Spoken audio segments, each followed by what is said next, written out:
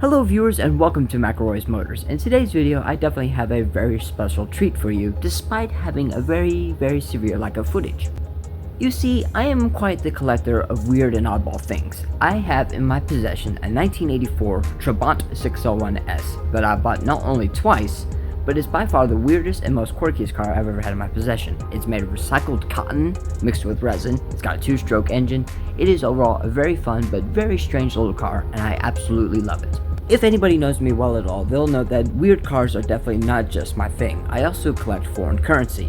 I have a 10 dirham note from the United Arab Emirates, I got a 100 baht note from Thailand, as well as I think a 2 peso note from Brazil. But that is definitely not all, because I also have a coin that is from Italy from the year 1862.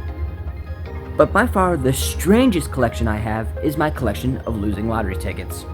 This is my collection from Ohio.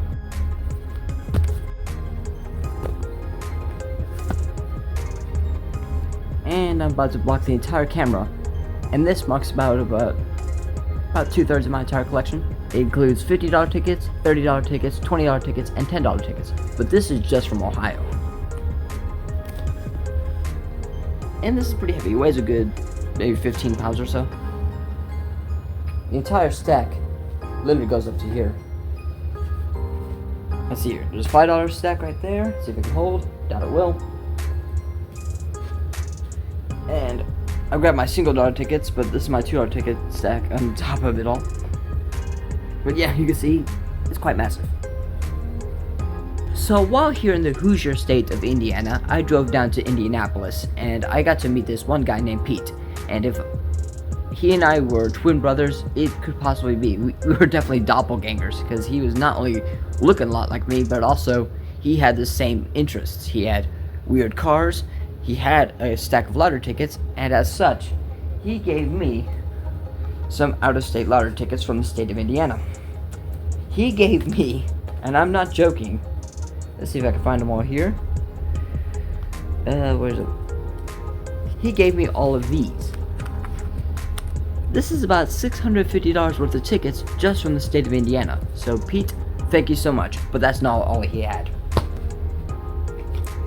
He had in his collection some weird cars, some cars that I've been dreaming about driving, but one of them that he had that was fully operational was a 2009 Wildfire WF650-C.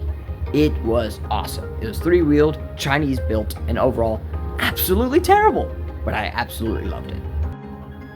This right here is my entire collection now of losing lottery tickets from outside of Ohio. I have one from Washington, D.C., of course the ones I mentioned that Pete gave me from Indiana. I have some from Michigan, Maryland, New York, and Pennsylvania in here. I have no idea how much money this entire ticket stack would cost, but I'm imagining well over $2,000. But even though it is one weird hobby, I absolutely enjoy it. But coming back to Pete with his automotive collection, he had, and I'm not making this up, a car called a Wheego, which if you've been following the YouTube channel Aging Wheels, you know that Aging Wheels has a Wheego Life. This guy did not have a Life, but he had the low-speed variant called the Whip, which was basically a low-speed electric vehicle made for neighborhoods and stuff like that, with the top speed governed to 25 miles per hour. And of course, it was broken, which is no surprise to anybody who follows the YouTube channel Aging Wheels himself. I wanted to drive the Wheego, but I couldn't. But it was really cool seeing it. Pete also had, which is also in restoration, a 1956 Nash Metropolitan, which is a car that not only brings back nostalgia for me, because I nearly bought one as my first car, don't ask what I was thinking, but I've always had a soft spot for the Nash Metropolitan, even if Lucas Electrics are definitely not very reliable. But that being said though, have I met the next Aging Wheels, or am I becoming Robert Dunn II? You tell me.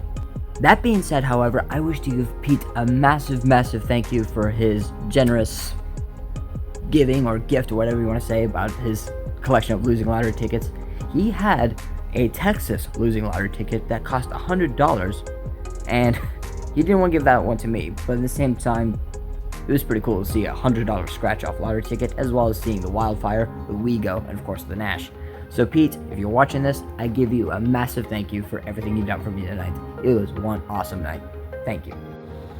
So meeting Pete definitely was an awesome adventure, and I am definitely looking forward to more adventures, and this one was by far the coolest adventure I've had, next to driving that 1935 Auburn. It was definitely on the top 3 since I started driving back in 2016. But I'll have more adventures and more videos coming along soon.